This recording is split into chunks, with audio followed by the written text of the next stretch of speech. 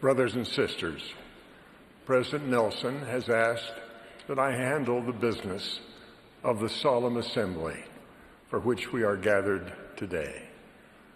This is an occasion of great significance for members of the Church of Jesus Christ of Latter-day Saints throughout the world. Dating from October 10th, 1880, when John Taylor was sustained to succeed Brigham Young as prophet, seer, and revelator, and president of the Church of Jesus Christ of Latter-day Saints. Each of these occasions has been designated as a formal, solemn assembly of the body of the Church to express the voice of the Church. We will vote by quorums and groups.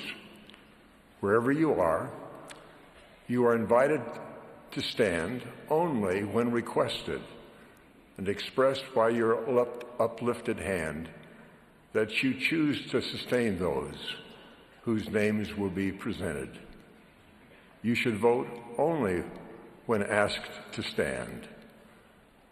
The general authorities assigned to the tabernacle and the assembly hall on Temple Square will observe the voting in those facilities. In stake centers, a member of the stake presidency will observe the voting. If anyone casts a contrary vote, those individuals should contact their respective stake presidents. We will now proceed. Again, please stand and vote only when asked to do so. We ask members of the First Presidency to please arise. It is proposed that the First Presidency sustain Russell Marion Nelson as prophet, seer, and revelator, and president of the Church of Jesus Christ of Latter-day Saints.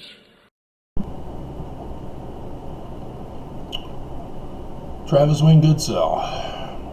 All Mormons, all ex-Mormons know that the prophets of the Church of Jesus Christ of Latter-day Saints claim they are prophets, seers, revelators. They don't claim translators. Joseph did. They don't. Nonetheless, everyone knows this. The thing with ex-Mormons is that ex-Mormons know that the prophets, seers, revelators are not. Mormons still believe they are, with no evidence to show for it. And they get mad and angry and violent, demanding that everybody accept the prophets, seers, and revelators as prophets, seers, and revelators, with no fruit to show for it. By their fruits ye shall know them. Oh, I guess we can't judge them because they have no fruit.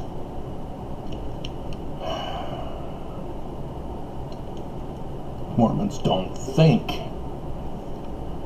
If you have seed, you have to plant it. You have to produce the fruit. Otherwise you die of starvation. That's why the analogy is used. For prophets, seers, revelators, and translators, it has to do with spiritual survival. And as shepherds of the flock, they need to make sure that the temporal needs are also taken care of. And the church, we've got millionaires and billionaires coming out and saying, no, they're not. Confirming what all the poor have been confirming and begging and pleading for people to understand. So what is a prophet? Prophet predicts the future. They don't do it, do they? They just tell you to trust in the Lord, trust their mantle. be loyal to them. Well, that's what Lucifer says. You can read it up in your Mormon scriptures. He goes to Moses, says, I'm the only begotten, worship me. Moses says, I don't recognize your glory. Worship me! Ah! Throws a tantrum. That's the lesson that you've already had, isn't it? That was last week's lesson?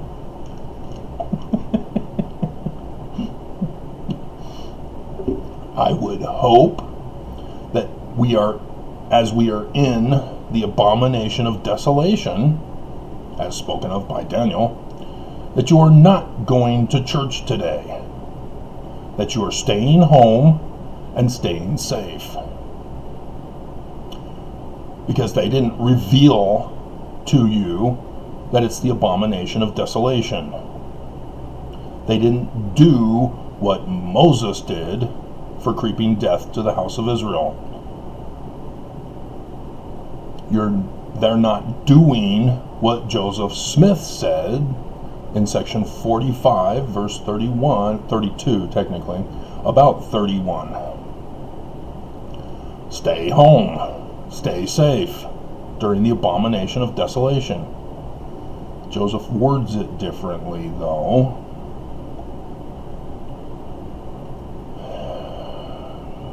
What is a seer?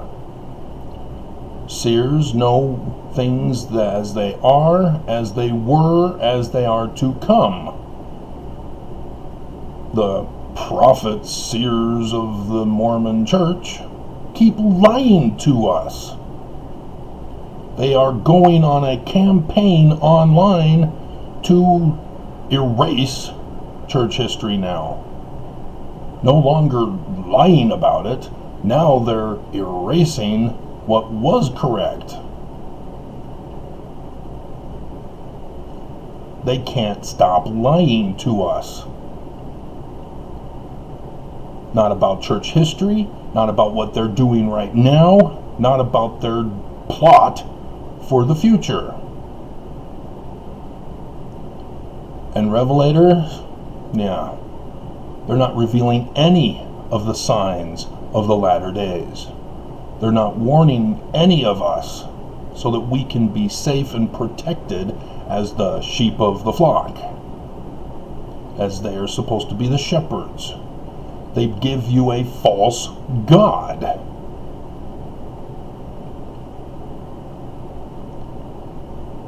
First vision. Even ex-Mormons. I hope you didn't join Christianity because you found out the church wasn't true.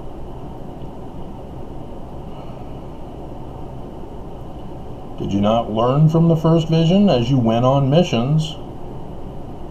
Going around telling the world, hey, Joseph Smith said Christianity's not true, and that the first creed of Constantine that created Jesus as a real historical person is an abomination. It's an idol god created by Constantine. Jesus is just an apocalyptic literature story using the name Yah, the Hebrew God of salvation. That's it. That's all. It's not real history. There are too many anachronisms that disqualify it from being historical. So I hope ex-Mormons that you didn't get fooled either, that because you found out the truth about the lies of the church, that you then clung to another lie. I hope you did not get deceived in that manner.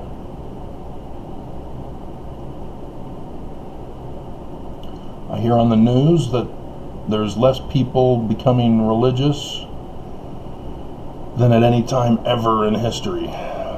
That's good, but what are you doing instead?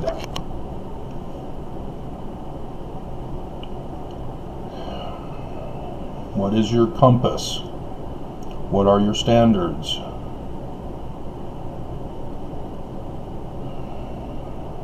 What is your ethics?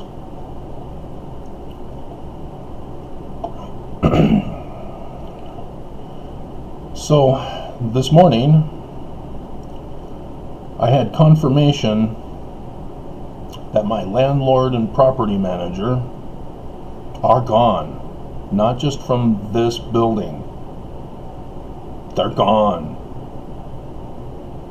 What they did to me, the criminal actions ordered by the Church of Jesus Christ of Latter-day Saints prophets, they're gone. Now, you probably don't understand the legal term of RICO Act, but it has to do with criminal organizations, mafia organizations, gangs, white supremacist groups like the KKK, where the top leadership give the orders that their soldiers carry out. This is what the church does. I've exposed the church. I've prophesied that the church is going to be destroyed. I have corrected the church history. I've exposed the church currently for what treasonous, seditionous conspiracies they're involved in. I'm the one who brought that out to bar, who brought it out to the prosecutors, who have now charged the Oath Keepers. Me. I have predicted the fall of the church. I have revealed the latter-day signs in heaven and in earth. Me.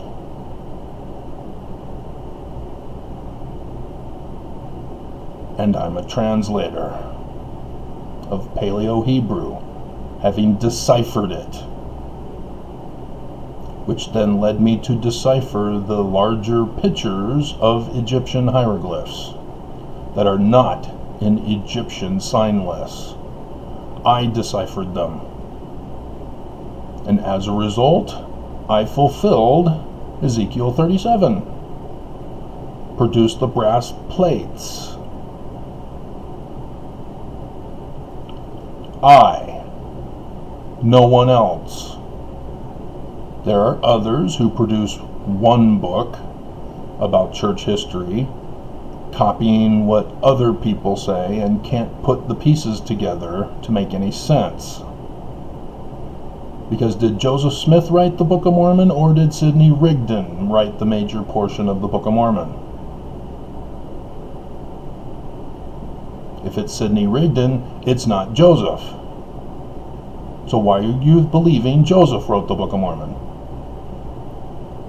So what really happened then? If Sidney Rigdon wrote the major portion of the Book of Mormon, how did it all fit into the real church history? Me, I gave you the answer. Because I did the research, I connected it all together. Using science for all of this. Prophet, seer, revelator, translator are all fields of science. They have to use logical argument to make your connections. You cannot use fallacy as Mormon apologists use.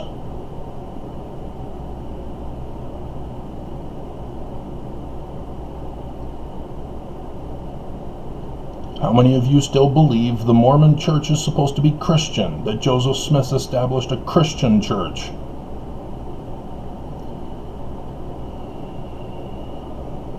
How many know and understand that we're actually Jewish New Israelites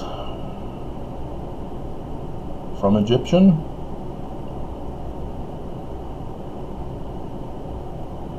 It's a completely different religion.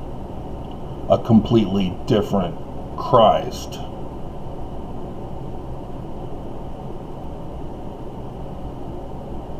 It is me who has the prophets panicked.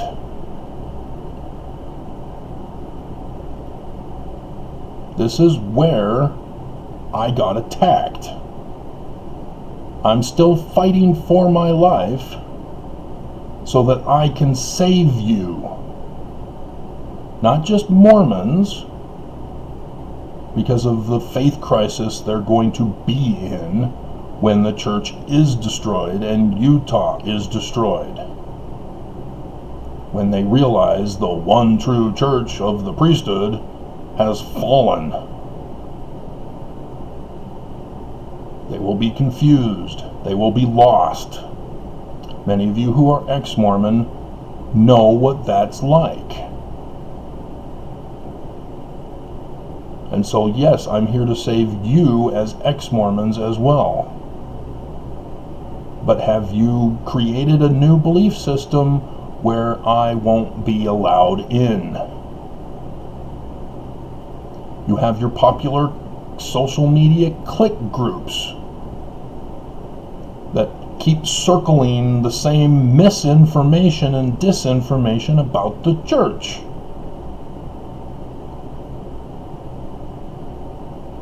And so you ignore me.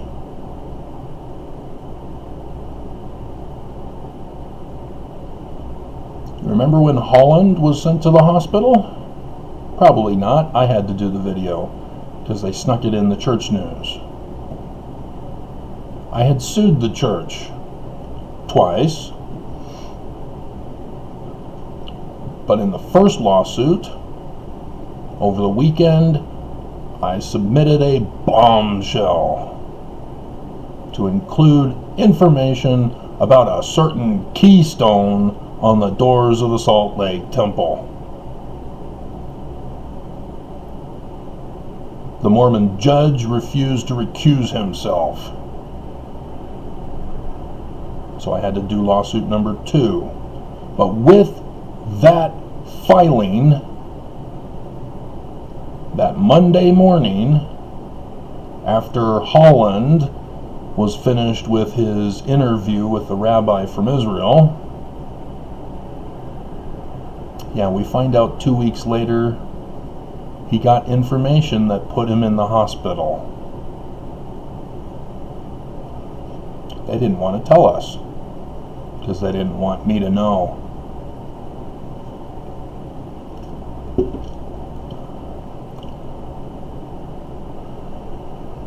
They are the great and abominable church, if you hadn't figured it out by now. They're not prophets, they're not seers, they're not revelators, and dear God, they shouldn't even attempt translation. Chief cornerstone of the cornerstone? Israel, let God prevail? Oh my God.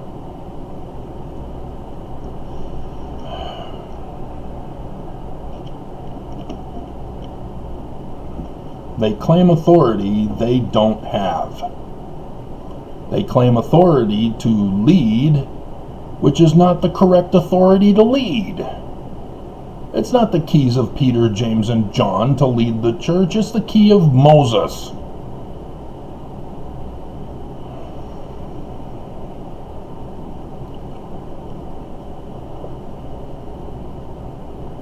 We are in the latter days. The great and abominable church has been exposed by the true prophet, seer, revelator, and translator. And he stands alone, like the Scorpion King, except I'm nowhere near his physique of steroids.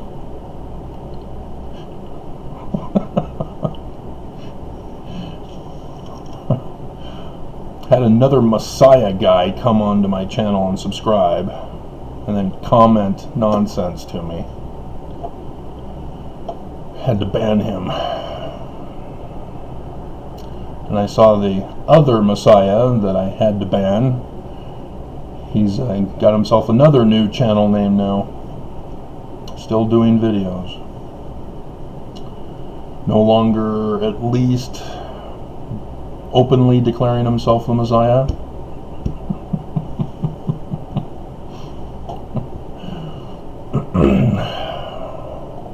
You have to meet the checklist.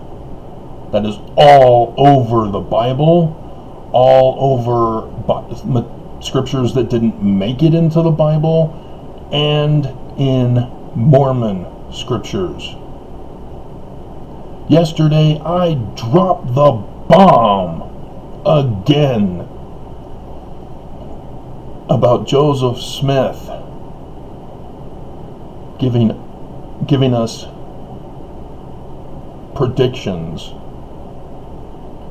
prophesying of the 2014-2015 tetrad that took 3 Mormon apostles and changed the leadership. Joseph Smith knew this. I dropped the bombshell yesterday and nobody cared. Maybe it was the title, but I have regulars who are still alive, right? Because the Tongan video got a lot of views. It's a breakout video, apparently, even though it's still not as much as I used to get. I'm still trying to figure out what happened on the 10th and 11th for the "that's all, folks, the church destroyed me." Apparently they didn't want to check out my other stuff. There's a few. But what are you looking for in life? Where are you turning for peace, safety, refuge? Are you like the author of Tom Sawyer? Mark Twain, who sees Joseph Smith and goes, not impressed. What were you looking for? What were you expecting from Joseph Smith? As Mormons, they all go googly for anything exciting about Joseph Smith, as long as it's faith promoting. When he gets arrested and other framed activities of attacks on him, Mormons go to his defense, but don't believe the truth. They believe the lie, and that he should be allowed freedom to continue his crimes. All screwed up because they don't know the real church history. And so if you did understand that Joseph Smith was the founding Christ of Mormonism, and that he predicted a man like Moses, a Christ for the future in the latter days, wouldn't you go gaga goo goo to learn all about him? To make sure he checks off all the checks on the checklist. Where he's born, when he's born, what he does as a child, what he does when he becomes an adult, where he goes through the temple, what's his new name. All of the checklists have to be checked off. You didn't know that he'd have a new name that would have to be checked off, did you? Did you know it even surprises him? Because he's born mortal, with mortal parents. He's not supernatural. He had to learn and grow from grace to grace. He had to be educated to become the science fields of prophet, seer, revelator, and translator. It's just not a magical thing that is given to him on birth, at birth. What beliefs are getting in your way from believing the truth that the Church of Jesus Christ of Latter-day Saints planted in you? The weeds they sowed. to destroy the true seeds of belief.